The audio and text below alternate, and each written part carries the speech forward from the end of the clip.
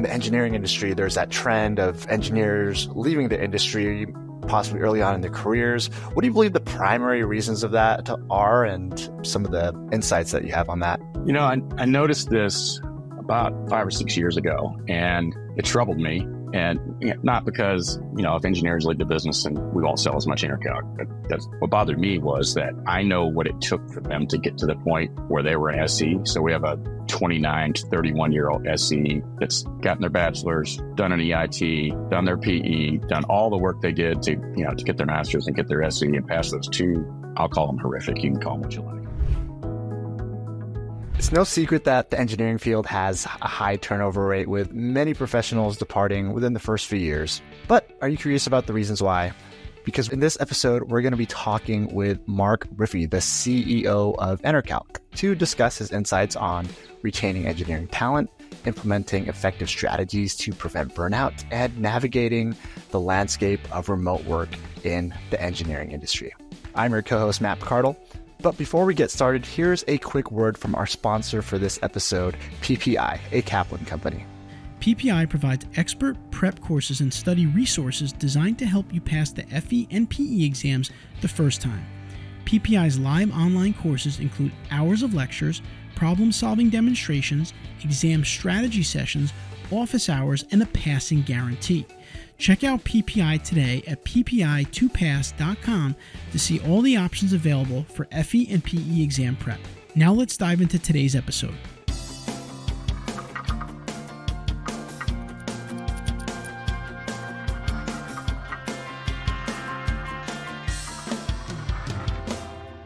Mark, thanks so much for joining us. Can you start by telling us a little bit about yourself, your career journey, and how you ended up as the CEO of ENERCALC?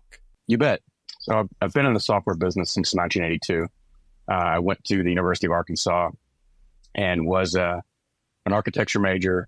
And then I got interested in the math that I was taking, and I moved over to electrical engineering.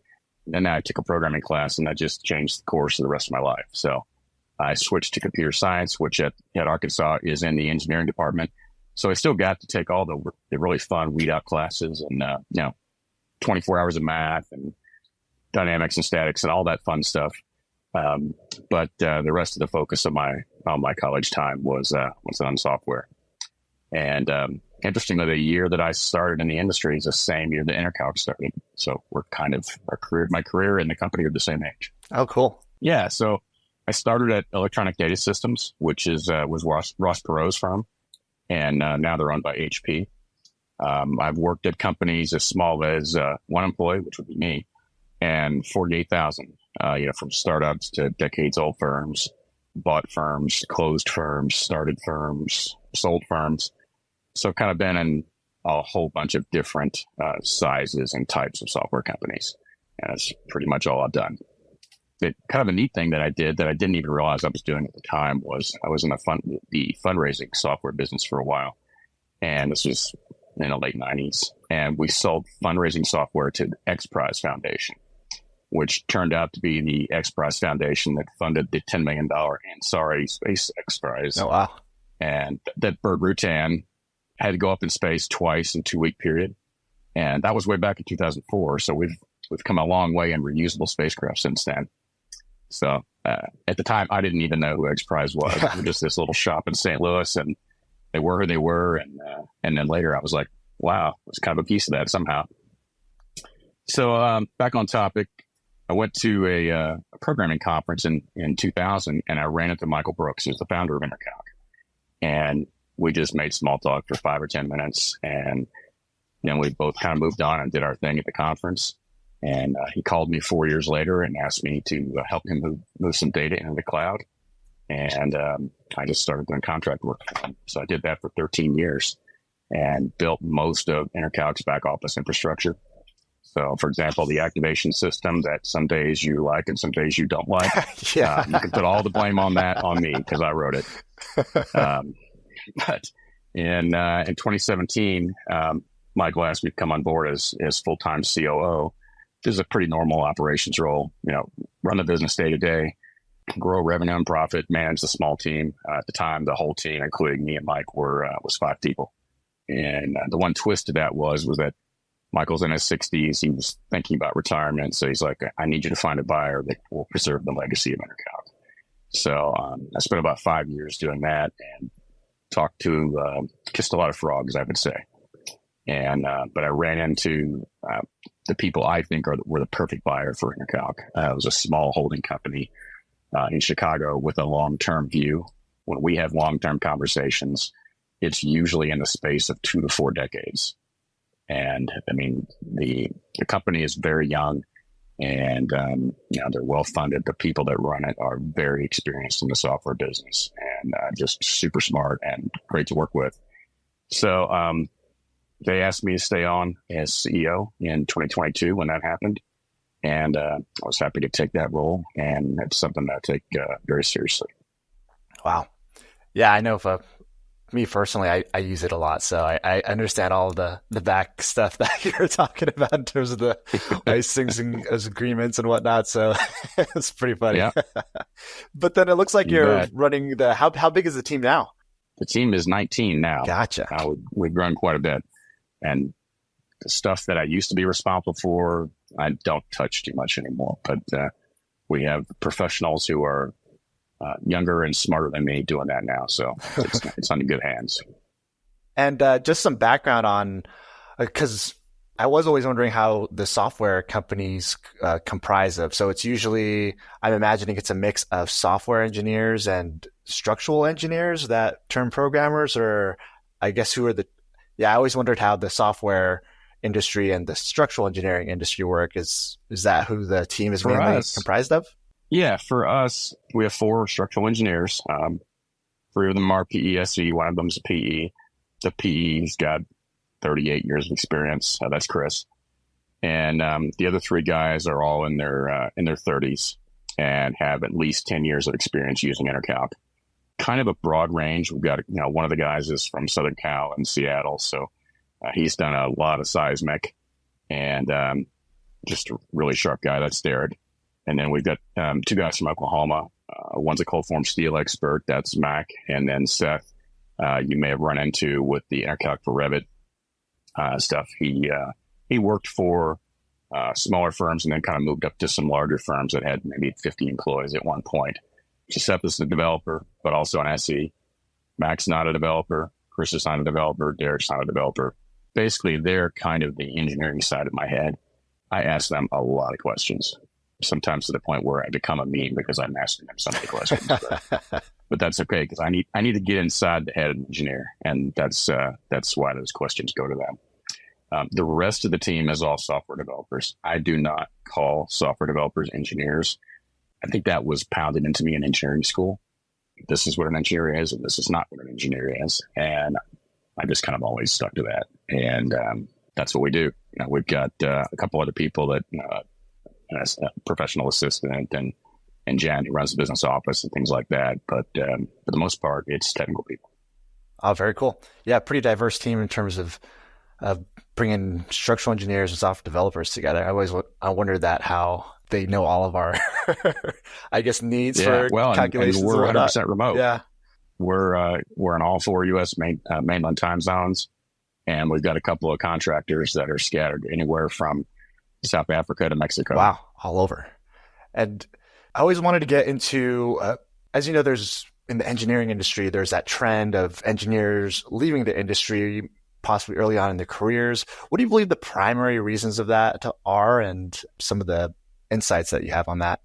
I noticed this about 5 or 6 years ago, and it troubled me.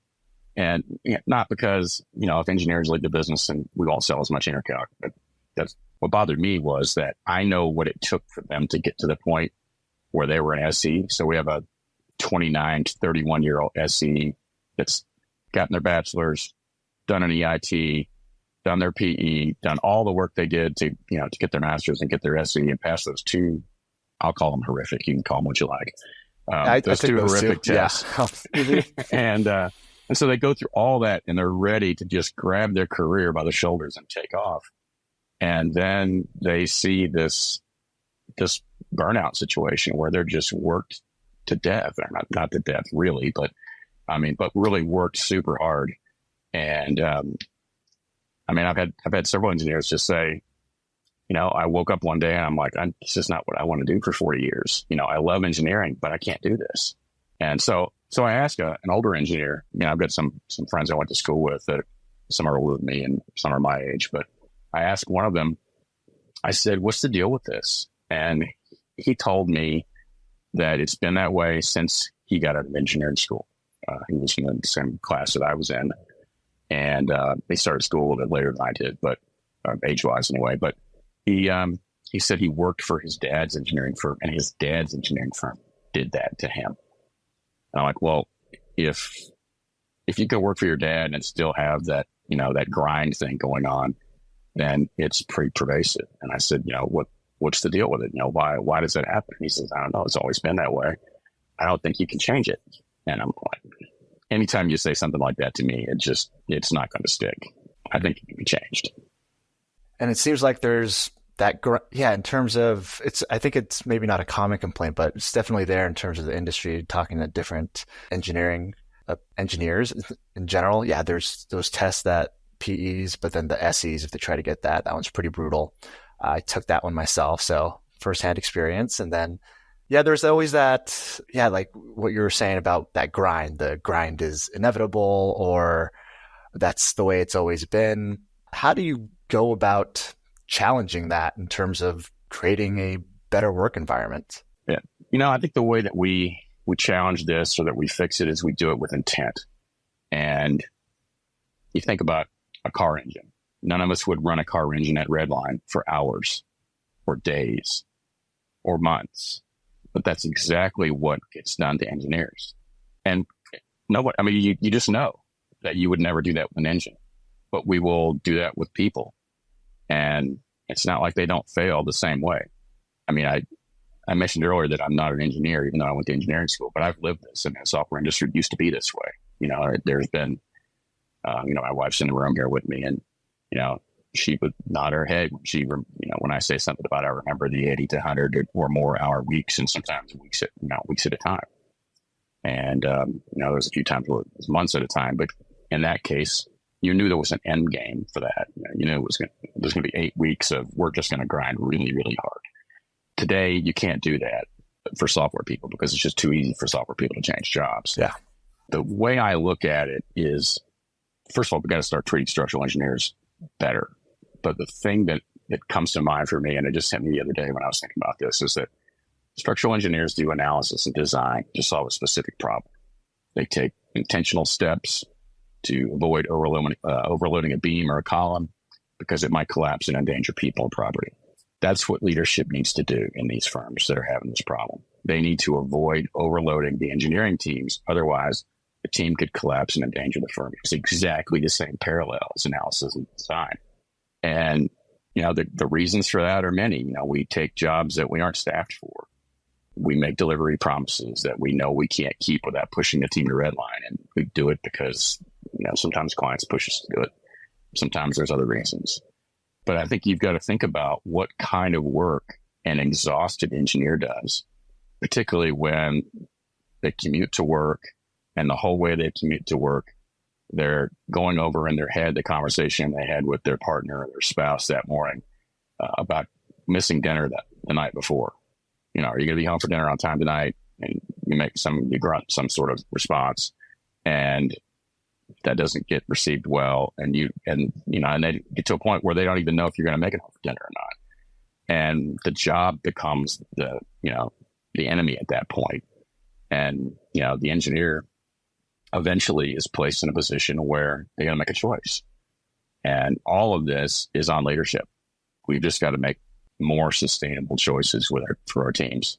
Yeah, I think I like those analogies, redlining the engine where, you can work we got crunch time. All right, we just got to get the project done. But if it's like that day in, day out, it's not sustainable. That's the thing. That I like that redlining analogy where you can do it when you need to, but engineers are still people. And absolutely. There's enough, especially with the internet, there's enough options out there where they can see that, well, I don't have to keep working like this. There's other options out there. if Yeah. they see their life going that way. Yeah. And especially if you love engineering, the last thing you want to do is leave that job. But if the job is killing you, there's other engineering firms out there. It dovetails with the struggle that firms have to get new engineers. I mean, if you go on LinkedIn, there's engineering firms every day. They're saying, we just can't hire people. We can't find good engineers. We can't find any engineers. There's probably a reason for that. Yeah. And, it starts with how you treat the engineers you do have. And it starts with treating the ones you do have better so that you keep them.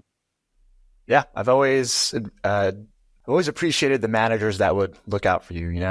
When you're young and you're ambitious, you're working late and you're putting in a good amount of hours early on in your career, but then the managers would come in and just be like, what are you doing? You should go home, or we'll get you some help on that. I know you don't want help, but we're going to get you some help. Kind of just looking out for your own self, for looking out after you, just to make sure that you're okay. So that's, yeah, for sure. I think that's something that we're leading into in terms of the leadership. What can firms do or strategies to retain their engineering talent? Well, I think the first thing we have to realize, and most leadership in structural engineering firms are structural engineers, so they know this. Structural and civil engineers are smart, accomplished people. They can do almost anything they want. So if they are at a place where it's just not working, they can find something else. And the thing that we have to think about as leaders is that if we depend on somebody that's that good, that means they can leave and go anywhere. So if you know that, how would you treat them? I mean, I had a conversation with this years ago with a mentor, and it was kind of an odd conversation because of the way he brought it up, but it made sense. He said, would you prefer that your spouse was loyal or satisfied? The implication was that satisfaction could come from anywhere, but loyalty could only come from me.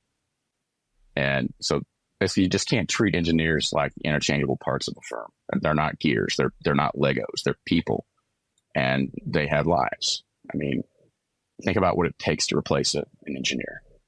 I mentioned that all these firms are trying really hard to find somebody on LinkedIn. If you lost your two best engineers, how's that going to impact the firm's ability to accept new business? How's it going to affect the reputation of your firm if every architect in your market figures out that you're struggling to keep engineers? What do your customers think when project engineers that show up for meetings and so forth are different every 6 months? Yeah. All of these little things are going to send messages, and it's not a message that we want to send to our customers. If you guys saw that we were changing staff engineers every few months and that we couldn't keep a developer, I would say send you guys a big message about what's going on inside ENERCALC. We've never lost an employee. Yeah. I mean, that's, we will eventually lose one just because we will. But, if you're having problems with retention, there's a reason for that. And if you ask your engineers, they will tell you.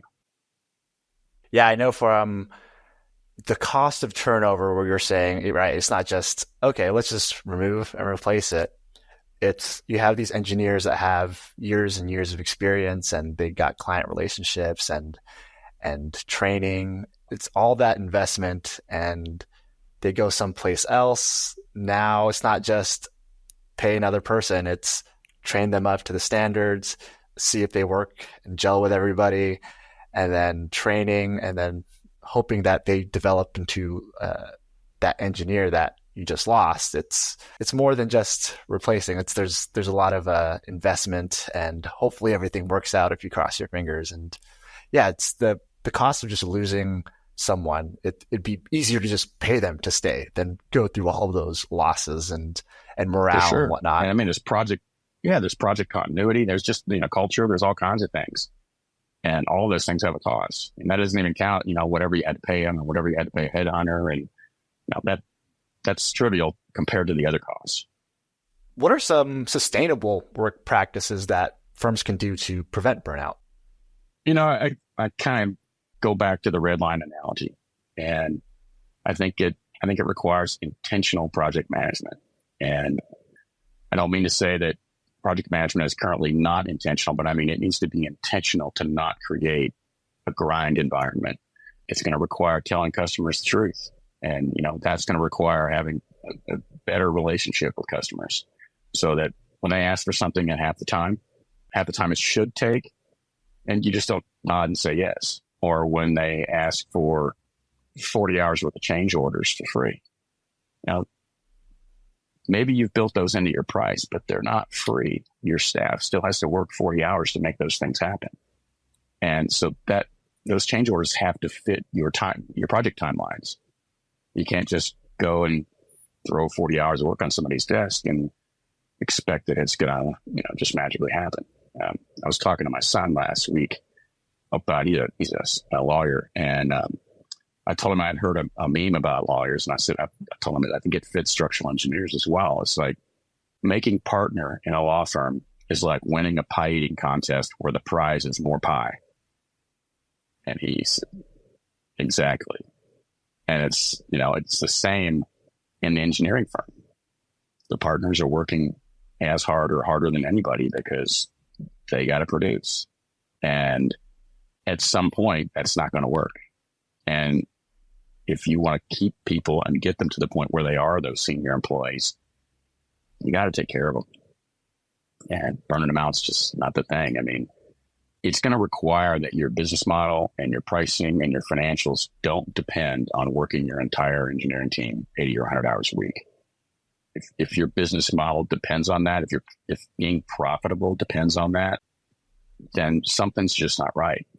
And it's just not sustainable. Yeah. Not a sustainable practice when your engineers keep churning and then it's how much money are you losing from the turnover? If that's your model, if your model is engineers are replaceable cogs in the machine, and as soon as they burn out, I'm just going to throw them away and find another one, and I'm willing to accept that, there are probably firms that are in that mode, and they probably, if they're willing to accept the costs that come with that, that's their business. But if you want to keep people for a long time, then you got to do something else. Our first customer, I follow them on LinkedIn, not even because of their engineering stuff, but because they have an amazing culture. I see them posting about 1 and 5 and 10 and 15 and 20 year anniversaries all the time, work anniversaries. Last week, they posted about a guy who had a 50-year work anniversary. Wow. And what it made me think of is like, what would a company have to be like for you to stay there for 50 years? And, they've got, 20 locations in the Pacific Northwest now. But, they just started off as a small single location shop. But it just amazes me that they have that many people, because it's every week there's announcements about, 10, 20, 30 years, whatever it is. I need to stop by and visit them, just see how that place ticks, because they clearly got something figured out.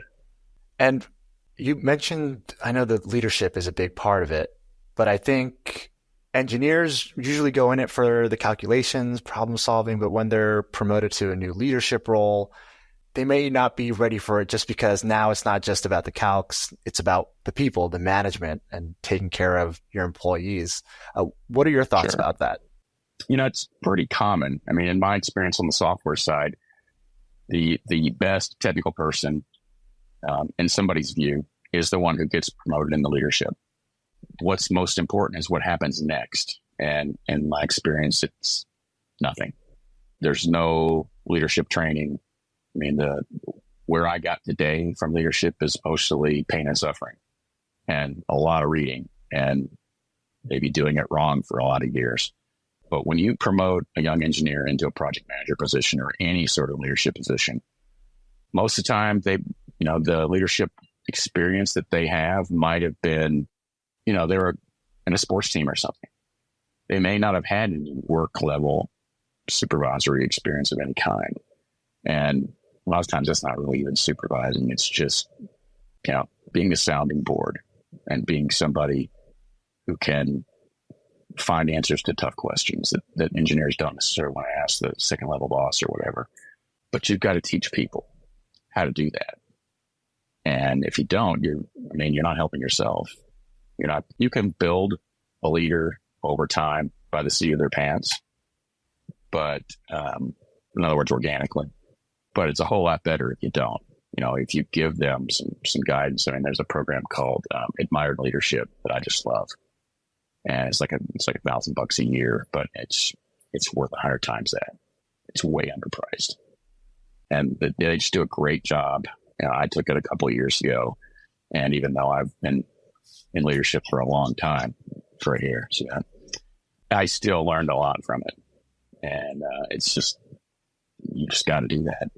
Admired Leadership. I'm guessing that's a leadership program. Yeah. If you Google that, it's an online program. Cool. And from your experience, and you've seen this in your company as well, what are the qualities that you think that make employees want to stay and not leave the firm for decades? Like you were saying, what does that take for someone to stay at a firm for 10 plus years? I think most of us want meaningful work, and we want to be treated well, and we want at least reasonable pay and benefits for what we do. I mentioned that firm that has, they've kept people for 30 or 50 or however many years. They don't do that by treating people poorly and paying them badly and grinding them. There's just no way. Nobody's going to stay there for 3, 4, 5 decades in that mode. I think about when I came on as a contractor with Michael to ENERCALC. Little things grew on me here. For example, Michael always paid invoices the day they came. Where have you seen that before? I had never seen that before. Yeah. It's like, I would give people contracting invoices without, without mentioning 10-day terms, 30-day terms, like it's due now. And it might be a month or 2 months or 3 months, depending on the company. And then the bigger ones tended to pay slower, but it wasn't always that case. But he would always pay the first day, no exceptions. And it's just a little tiny thing, but it was just like, I understand you're a contractor. Your cash flow is probably variable because of that. I'm just going to pay you now because I can. And so we've continued that because, it impressed me. And, the holding company that owns ENERCALC, now they've never said a word to me about that. And guaranteed they know that I do it. He taught me to be generous and not necessarily, here's a giant check, but just generous in every way that he could think of. He would, at the time I lived in Montana and he lived in Southern Cal. And when he would come up to Montana to ski or something, he would make a point of us getting together and having dinner, come over to his condo or, wherever he's staying, or we just meet somewhere or something like that. He didn't have to do that. It was a vendor or a client and a contractor relationship. But just, little things like that. It's not ping pong tables. It's not hyperbaric sleeping pods. It's not giant espresso machines in the break room. Maybe we would appreciate those things. But to me, a little thing that's a big thing is getting people home on time. Structuring your business in a way that at least most of the time, everybody can get home for dinner on time. Yeah. And, we've all had that conversation and we've gotten that look in the morning. A friend of mine, he gave me the perfect way to think about this. He said, there's 2 conversations you cannot lose as a spouse and that you cannot lose as an employee, as an employer. You can't lose the conversation that the employee has in the shower with themselves in the morning when they're, getting ready for work. If you lose that conversation, you're in trouble. You can't lose the conversation at the dinner table that night after you got home from work, if you made it to the dinner table. If you lose either of those, you're in trouble. If you lose both of those as an employer, you're doomed. That person is going to leave. And, the things to not lose those conversations, they're not big, giant things. Yeah. And it takes a lot to even get an employee to that point. There's so much effort to they got to change their lives. They got to leave their friends. They have to make their resumes and to go on that whole job search again. And they have to be really pushed to that level. And in order to make that effort, it's a lot easier to stay where they are and keep doing what they're doing. But yeah, if it's just pushed to the brink, yeah, understandable. Then what can engineering firms do in terms of this? They might have the pushback of, oh, how do we stay profitable if our employees are working less and not overwork and burn them out? Do you have any practical advice on that? Yeah, I mean, I think the overall thing is, and I know as a startup, especially if you left a firm and you're doing your own thing and you're trying to start up, the rules are a little different then because you're starting up and you're on your own. It's just hard. And, you're trying to feed the bulldog. So you're taking any piece of work you can. But after you get past that initial survival stage, if your firm burns out engineers, then the first thing that tells me is that your prices are too low and your chosen market is too broad. Now, like I said, I just mentioned that you have to take any work you can when you're getting started, generally speaking. But at some point, you have to be the go-to person in a particular niche, because if you don't, you will not be able to raise your prices because you're the generic guy. He could do anything, she could do anything. So we're just going to throw whatever work we can at them. But if you drill down on that, I mean, I remember starting software businesses with 2 kids running around the place underfoot, and any revenue was good revenue back then. You just can't stay there. I know there's price pressure, and I hear some folks say that architects control the projects and they tell us what we get to make. And I'm sure that that's true in some contexts, but I also know that we as the firm owners, as the leadership of the firm, we decide what we're going to accept, and we teach those those clients how to treat us, just like we as employees treat, or we teach our boss, our manager, whoever, friends, we teach them how to treat us. So the firm decides who they're going to work for, and they decide what rate they're going to accept, and they decide how many change orders they're going to build into their pricing at no charge instead of doing them all for free. You decide what market you're going to serve. You decide all of these things. You own the place, or you run the place. So you have the ability to make these decisions. Are they easy? No. But the alternative is losing engineers all the time, being burned out all the time, never getting home from work on time, and a whole bunch of things that aren't desirable. I mean, I know what it's like to put payroll on a credit card. I only had to do that once, but man, I've never forgotten that. That's been over 20 years. Wow. And I say that as the business owners, that I know what this feels like, but the broader your market, the more likely your pricing is going to have to be lower. And if you're everything to everyone, it's a path to being broke. I think if the firm has a conversation with themselves and with the entire team, what analysis and design work do your people love doing? But if they don't like doing it, because I've talked to enough engineers, and I know there's certain kinds of work that people that work wakes me up in the middle of the night. Yeah. For whatever reason. And there's work that you can't wait to get to the office to do.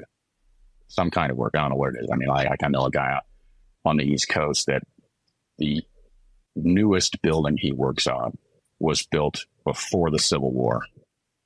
And I don't know exactly what he does. It's restorations and additions and things like that on old, probably refurbs, but that's just fascinating. And you just can't imagine if you're doing something like that, it's no job is the same, so it's got to be really interesting. And if you're the expert in that area, you're going to get paid for it. Yeah. It's finding that business model, that what you do really well, and having to make the maybe tough decision of, hey, we're good. This is what we're good at. This is what our team is good at. We're going to charge X amount. Yeah, it's going to be high, but this is the value we provide. And not only that, it's going to help take care of the team versus we're desperate for work. Here's the lowest bid. And then the engineers just have to work more. And then you're getting stressed out because you're not profitable. Yeah. Like starts a mean cycle. It absolutely does. And man, it's a flywheel that's hard to slow down. Yeah. And you mentioned, I know earlier, that you're fully remote. How has that remote work impacted the industry? And what are your best practices for managing these remote teams? I'm kind of biased on this subject because I've been remote since 1999. Oh, yeah. And from my perspective, today's a good example. I'm sitting here in the camper. As you can see, I'm not in my fancy office, which is not a fancy office. I am in Big Timber, Montana, sitting next to the Boulder River, which I can see looking out the window of the camper. And that's what lulled me to sleep last night, was the babbling of the river going downstream. But I have a 164 megabit Starlink connection sitting right out there, so we can have this conversation. And so what remote work is, even though that's a little more remote-y than most people would do, I can work anywhere. And, I hear, well, gee, you have to work sitting next to the river. No, I get to work sitting next to the river. I don't have to be at home, or I don't have to be in a high rise somewhere working. So I can choose where I want to work. But as an employer, what it really means is that I get to choose from the very best people anywhere on the planet. I don't have to I don't have to flip their life upside down and move them to me. They can, if they're taking care of parents. I mean, we have a graphic arts contractor who lives in eastern Ukraine. She didn't bail out when Russia invaded because she has older parents. So we give her graphic arts work to do, and she's just hunkered down there taking care of her parents. And it's not unusual for remote employees anywhere, not in a war zone, to have those kinds of situations that they need to deal with. And when you can hire somebody so they can get that done and take care of their personal responsibilities, and that builds loyalty you can't buy.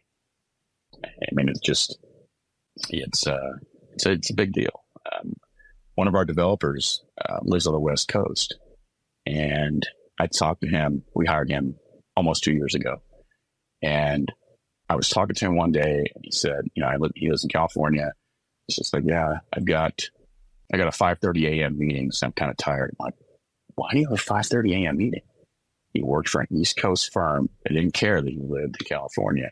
He had to be at a 5:30 a.m. meeting every day. And I'm like, this is crazy. And I've known this guy for over 20 years, and I know he's one of the top 5 devs in what he does on the planet. I know some others, but they're retired. And I'm just like, we need to get you out of that situation. And it's like, I don't care when you work. No, I care about outcomes and results. Yeah. If you want to work California time, great. If you want to work East Coast time, great. What you will not be asked to do is come on a meeting at 5:30, because I won't be there. But I mean, it's not easy managing remotely, but I don't think it's any more difficult than managing. Well, it's just different. You have to get used to people in different time zones. I mean, we've got people in 6 or 7 different time zones, from UTC plus 3 hours to Pacific time at the moment. And that's 12 or 13 hours, I guess, or 10 hours, something like that. You have to get really good at asynchronous communication, but that means you have to get really good at communication. And as a leader, you have to do that anyway. And the team has to get better at that kind of thing. Really, most of the difference is on us. If somebody gets up in the morning and they don't have to spend 30 minutes driving to work, they just got an hour of their day back. Yeah. And, they get to deal with, I don't have to leave the office to go home and meet a vendor that's a plumber or whatever. All that stuff is off the table because you're just there. And so all of those little things build up in the employee's mind. They're like, these are, this is not money, but this is stuff that makes my life easier. And, you just have to be cognizant of that. And you do have to work hard to read people and read their messages, read their, we don't have a whole lot of phone calls at ENERCALC, just don't. We have one all hands meeting a month. And everything else that happens is kind of impromptu Zoom calls between 2 or 3 people if they need to do something like that. But that means that I have to listen very carefully. I have to listen to Slack. I have to listen on the emails I get copied on and things like that. And, you have to get better at figuring out when somebody is having a problem you can't see. And, there are signals, and you learn to ask questions about those things in considerate ways. You can't I'd say the one thing that's harder really is that I can't see the look in your eyes when you walk into the office in the morning. And we all know it. If you look at somebody who walks in the office and they're glad to be there and they got a good night's sleep and, whatever, for whatever reason, then that's a different look that's on their face than if they are just fried, or they're just like, this is the last place I want to be today, but I got to be here because paycheck. You can't see those things. So, you can't walk down the hall to somebody's cubicle and pick their brain for a few minutes. You got to find other ways to do that, but it's not insurmountable, and it's definitely not the difficulty of doing it or the challenge of doing it, whatever you want to call it, is not a reason to not do it, because there's just too many good people out there that live somewhere else. Yeah. Your philosophy of putting the employees first, giving them some flexibility, you've been doing that ever since. It looks like way back then. And you found ways, or the nuances of remote work communication, where you may not have, it seems like you have to be more intentional, more listening to the forms of communication instead of just one-on-one in person. It's, hey, what does this email say? Are they those little nuances maybe in their text or their work, making sure that everything's okay. Yeah, it is that's not a math problem, right? It's more of a people problem that you eventually hope get to develop more and looking after your team. Yeah. And that's not what you went to school for. Yeah. I mean, it's a hard thing to learn in an academic environment. There is definitely a lot of organic seat in the pants kind of learning. But yeah, seems like you can make it work, but it has to be different, has to be intentional. But overall, if it works for the employee and an employer, hopefully that can help build some retention and you both benefit, right? So you're helping them and they're helping you out. Absolutely. Yeah. Thanks, Mark. And what final piece of advice can you share with young engineers to help them navigate this industry and thrive in the industry? I think that came to mind when you asked this is somebody asked me something similar to that last week. And I think you got to search for a firm that loves you as much as you love engineering and it cares about you at the same level. You got to search for a firm that will satisfy the work side of your head and the rest of your life as well. And it understands that those two things go together. And we mean they do this, because if they're separate, it's just not going to work. Yeah. Finding out from that one, you're saying that finding the firm, you love engineering so much, but you have to find a firm that also treats you that well. And then I think that's pretty good advice. I'm reflecting on all the people that I know that have been in their careers or their companies for 10 years. I'm actually one of them. I've been with my firm for 10 years and all this stuff resonates with me. And it's feeling lucky to have that and hopefully I can pass on that advice to engineering friends that I have too, that go through the same thing. So really appreciate you coming on and giving this advice and giving these insights, especially from someone of your position and seeing from, higher up, greater visibility on how firms run and how looks like you got a really good sense of people and how to take care of them. So really appreciate that and having you on the podcast. You bet. I mean, these things are not just important to the engineers, they're important to the firms. We need a stronger engineering industry. We need more engineers, and we start getting more engineers by keeping more of the ones we already have. Absolutely. Thanks, Mark. You bet. Thank you. I hope you enjoyed the episode today. We'd love to hear your feedback, comments, and or questions. To leave them, please visit structuralengineeringchannel.com. There you'll find a summary of the key points discussed in today's episode, as well as links to any of the resources or websites mentioned during this episode. Don't forget to subscribe to Apple Podcasts, Spotify, or wherever you listen to your podcast. Until next time, we wish you the best in all of your structural engineering endeavors.